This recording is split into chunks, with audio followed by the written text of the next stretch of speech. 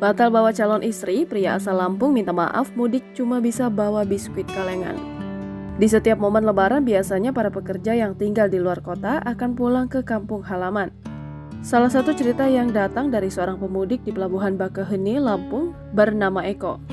Dikutip dari tribunnewsmaker.com, Eko pulang kampung dari Jakarta, niatan bisa pulang bawa calon istri.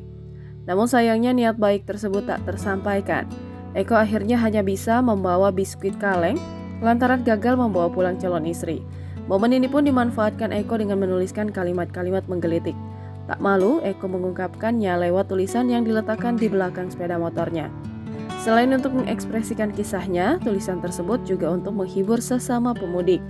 Melalui tulisan itu, Eko berharap pada mudik lebaran selanjutnya ia bisa membawa calon istri untuk dikenalkan ke orang tua.